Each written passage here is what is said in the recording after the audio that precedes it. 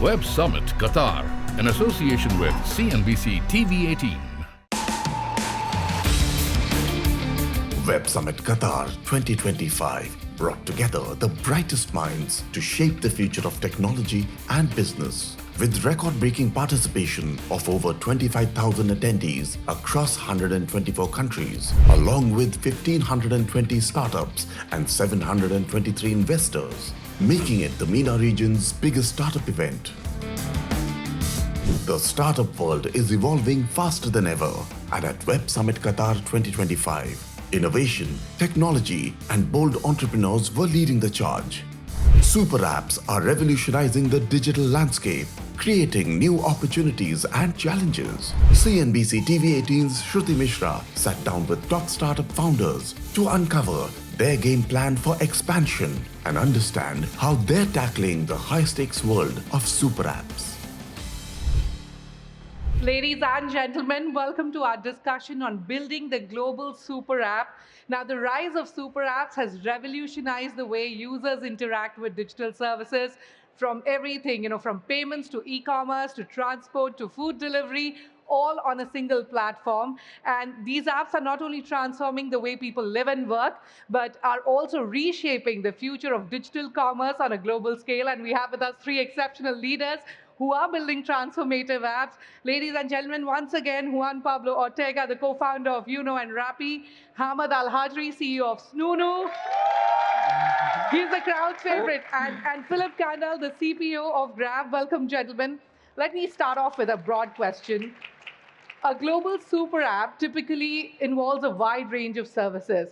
How does one select which services to integrate with the app to meet user needs? How are you all doing it? I mean, Philip, if you would like to go first. Yeah, so I think we started in mobility and then expanded there to food, financial services, banking, and so on. And the core is very, very simple for us. We are there to serve our drivers and our merchants and allow them ultimately to have a better life by earning more, right? And that's kind of where we select how can we add more services that help our audience, right? So, for example, when we launched food, we've seen that mobility services are primarily in the morning and in the evening peaks, but in the afternoon, drivers are idle. So adding food has exactly opposite peak hours, so we can keep our drivers more busy across the entire day, right? So that was a huge win. Then financial services was basically giving loans to our drivers that they can afford vehicles, that they can upgrade their vehicles, or merchants upgrading their stores. So that's kind of how these things fit together by keeping our drivers and merchants busy. Hamad, how are you selecting which services to offer? Yeah, so basically, I would say, why not to have super apps, yeah? Why business model have to stick to one service? Because we have three big factors. Number one, as example, in GCC, a slightly very small market. It's similar, the whole GCC is just 45 million people. Almost same thing in China. So many startups, many ideas will not be validated in GCC. It have to be embedded as part of super apps. The other thing, because it's slightly small market, the ecosystem is not mature enough. And that's why you need to have a super app that give this service to the customer. The last, I would say, consumer behavior. How do you think the future look like? How about you have 20 apps in your phone, and basically you're I need food from here. I need grocery from here. I need booking from here. Does that make sense? So I would say, why not to have super apps? All right, Juan, but how are you not making it overwhelming for users? How are you selecting your services? So in our case, in Rappi, it was a little bit different. We started as a delivery app of supermarkets and restaurant or a convenience store. And we added a section that it was whatever you wanted, as Hamad said. And then people were able to put whatever. And we started seeing that people order electronics, people order different things. And that's kind of how we basically, following user preference, we started adding more services. But as you mentioned, it can be overwhelming, and I think we took it a little bit too far. We added live streaming, video games, and if you look at that, we kind of walled back on that. So today, you can get anything delivery. Financial services is another thing that it adds value to the users, and it adds value to the app. For us, It wasn't that much giving credit to the couriers, but it was being able to expedite the payment experience. The whole financial service part of Rappi was built on how can we make it better for users to buy inside the app. And that experience actually led me to build Juno, which is solving the payment problems around the world. All right. Coming back to you, Hamad, Snunu has become a notable player in the Gulf region. What kind of regional or cultural preferences would you keep in mind as you scale beyond borders? Food. That's the first thing. Everyone like food. Yeah. But I would say actually, especially super apps can tap into more local experience because it will provide multiple services in different need for the customer. And actually, it's competitive advantage in front of global company like Uber. I believe Grab was answer for Uber in Singapore market. Rappi was answer for Uber Eats in Colombia market than South America. Same thing, we have a Germany company, we have British company, and by focus to hyper local need was the only answer to customize the experience of our customer. But I would say in the future, especially with majority of youth and young people, loyalty and gamification will play a big role, and we already done it. So we launch a loyalty program, connect with tier system, include quest gamification and NFT by achievement system. I would say this will be a big bid for us, especially in GCC area. Okay. You know, Philip, Grab evolved from a ride-hailing app to a super app today. What were some of the challenges in terms of user adoption and scaling business? From that perspective, what were some of the challenges that you faced and how did you overcome them? I think building the platform that works across everything was very, very challenging. Sure. Right? Like, so our first food services were very, very basic. Right? Like we send a driver to a restaurant, order physically at the restaurant, and then pick up the food and wait for it, right? Like without any integration, right? Like, so as we came from the ride-hailing space, we needed to learn all these other industries, and that took time, right? Like we know that our first foray into a new market and a new segment takes time to learn and adjust to that. And then like building a platform that works across everything, right? Like it has really to do with our drivers, our merchants, right? Like that they can use all the services and adapt to them. That has been definitely a challenge. And I want to talk to you about your technology and infrastructure because you're now today catering to millions of users. To take us through your tech edge, how did you build this into a super app and scaling infrastructure and scaling technology? Yeah, I mean, our app in Southeast Asia is basically core infrastructure, how people get around the city and how they live their life, right? Like, so, I mean, the moment Grab is down, the city stops moving basically in many of our markets, right? Like, so that's what is the core of everything that we do, is the stability of our service, right? We really, really make sure that it can never go down and people can rely on it, right? Like that's kind of the core expectation. And that's where we've invested a lot into and like really having very, very solid scalability. We work, I mean, with all the leading cloud providers. We work like deeply with like some of the biggest tech companies in the world to really ensure that. So that's such a, like what we've achieved by really having a 2,500 people tech team that is really every day making sure that our service stays up and reliable. All right, coming to you, Juan, you work with merchants and businesses across Latin America. In fact, you just announced a partnership with Invest Qatar that will further accelerate your expansion into the Middle East. And you have a new regional headquarter in Qatar as well. Talk to us about that partnership. Yeah, perfect. So I think one of the key elements of the super app is having all the different local payment methods. And in Rappi, we struggle a lot to connect to all these different payment methods in different parts of the world.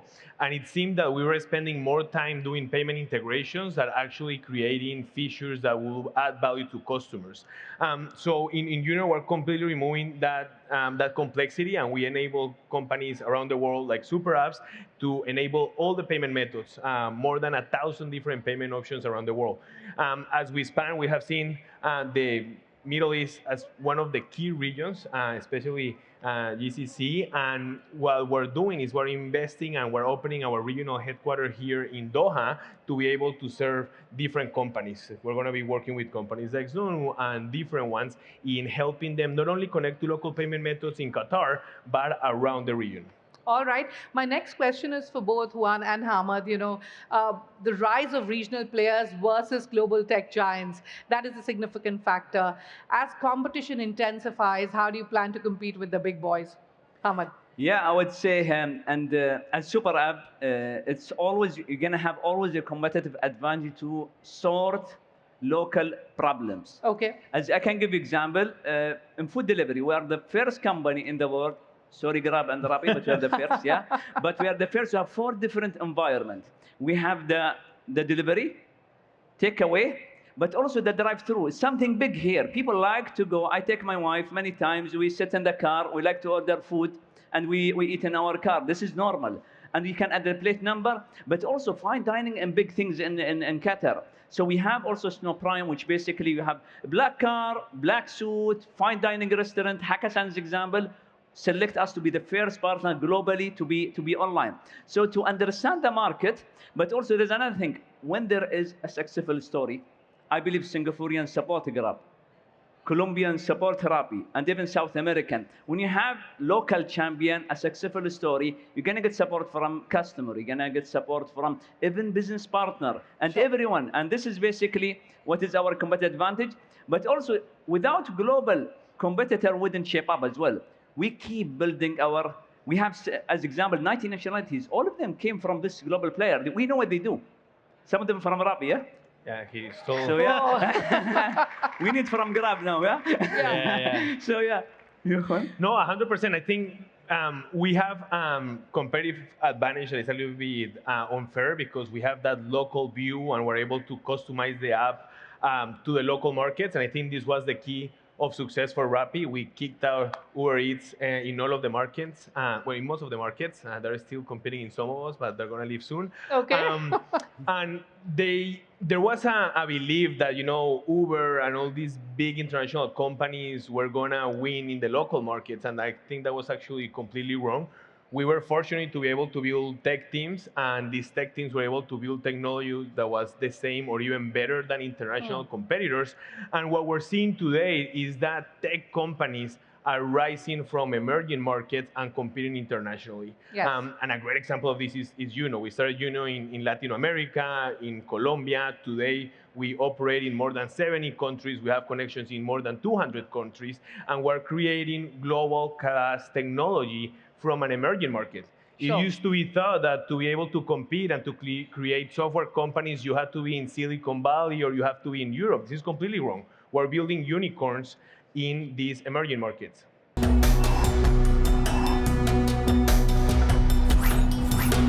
Web Summit Qatar, in association with CNBC-TV18.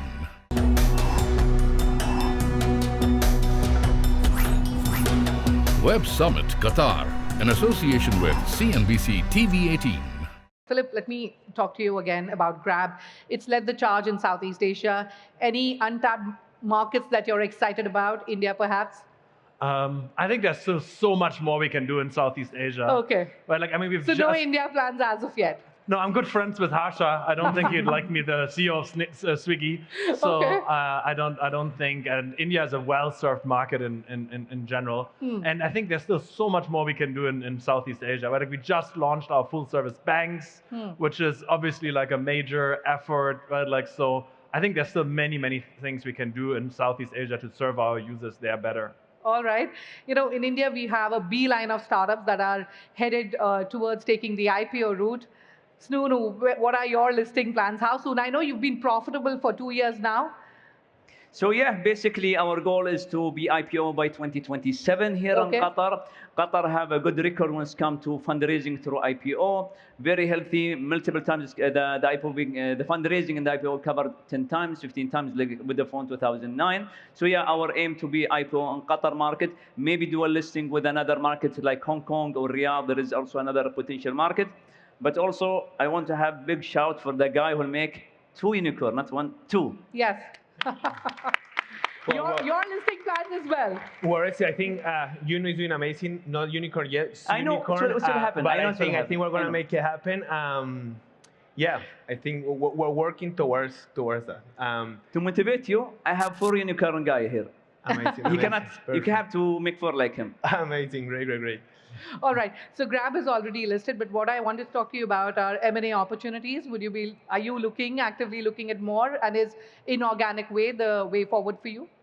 I mean, we have done You've a done bunch of smaller M&As, right? Like we just acquired like a reservation platform, Yes. Chobe. We acquired like a supermarket chain in Malaysia a bit ago, Jaya Grocers, right? Yeah. Like so, it's always definitely there, but definitely the bar for M&A is high. It needs to really make sense for us. So. All right, what I want to know from all three of you is that what has been your biggest learning so far as founders, as you scale, grow your business, and what would that be one advice that you would like to give to startup founders who want to start today? One. Look, I think you have to always think global. There are many founders that they say that they want to focus. Think global from day one? Think global from day one. I think they believe that you have to, focus and concentrate in one market. I think that's completely wrong. You have the opportunity today to build global companies, and you have to think big. Always shoot for the star. If you don't hit the star, you will hit the moon. And what has been your biggest learning? What's that? What has been your biggest learning? My biggest learning, together with this, I think we have to always dream big. When we started rapping in Colombia, we always saw the potential to grow internationally. We opened Mexico a couple of weeks after launching Colombia. Then we opened Brazil, and we operate in 9 different markets. In Juno, we launched in Colombia, and 2 weeks after, we had integrations all over South America. 3 months after, we were having integrations in Thailand, Indonesia. So the people are going to tell you to focus, and I think as an entrepreneur, you have to be crazy. You have to think about big ideas, and you have to execute those big ideas. Okay, Hamad, your biggest learning and advice? I would say the first thing is look to horizons, not horizon. And horizons mean you need to look behind the horizon that you see today. So you have a bigger vision. The second one, you're going to see many voices around you, like an investor from Silicon Valley telling you your startup's business model does not work. They don't understand your market. Why should you listen to them? And this happened to Sununu. You know your market better than anyone, and you have to stick with your knowledge and make sure don't listen to the voices outside that don't understand your market. The third one, as you said, to be global, be global. Yes. Hire the smartest people, and I'm lucky to have this intelligent 90 nationalities. Yeah? Hire the smartest people, and trust me, with them, you can change from a solo vision to a common vision. And common vision is a consolidation of multiple intelligent people will come to change your vision and make it something better. And this is the case of Sununu. Thank you, guys. Okay. Philip. I would say for startup founders, and I used to be a founder before joining Grab, Yes. is whenever there's a big technology shift, it levels the playing field from big and small players, right? Like, I mean, Grab was enabled around the time when the smartphone came around. Yes. Like before that, you could not have a mobility app or a food ordering app if there's no smartphone. And right now we have the big trend of AI, right? Like that's a big leveler. So I think for founders now is one of the best opportunities in terms of like starting something. And in terms of my learning, I think what I've learned at Grab is really going on the ground and seeing myself. Right? Like I deliver food on the ground in Indonesia, in Thailand, and people are always super surprised when I come like with a motorcycle and like deliver like some food, and they're like, "What is this big white guy doing here, delivering my food?" And that's where I like learned so much empathy for our drivers, for our customers. Sure. So I think one thing I would tell to everybody in the audience, like really dog food your own product, go on the ground, and deeply learn how people are using it. That's been game-changing for me. That's some lovely advice from all three of you. One final, sure, go ahead. No, and I think this is extremely key. The first year in Rappi, I did so many deliveries. All of my Sundays were in the street doing deliveries because we didn't have enough couriers, and I think you learn so much by talking to the users. And many times it was funny. The first time that I was doing deliveries, that was the reason how we found out that payments were actually failing, because people were saying like it's really hard to pay. So you don't even know how important it is to be out there and talk to your customers. All right. One final question to all three of you before we wrap up this conversation. What are the key trends that you're going to see in the next 5 to 10 years? We've seen the rise of quick commerce, be it food or grocery. What's next? I think for us, the big thing is like the wave of generative AI.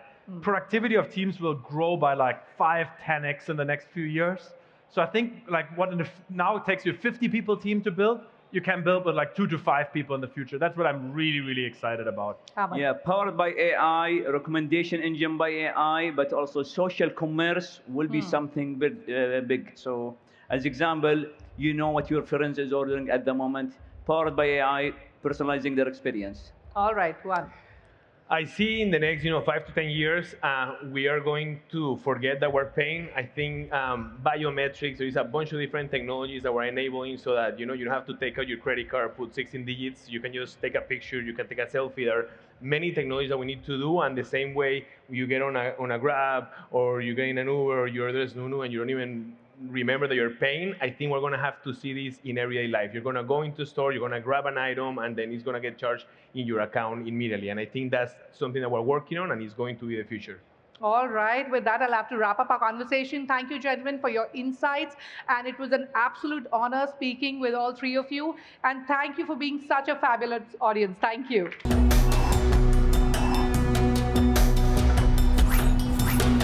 Web Summit Qatar, in association with CNBC-TV18.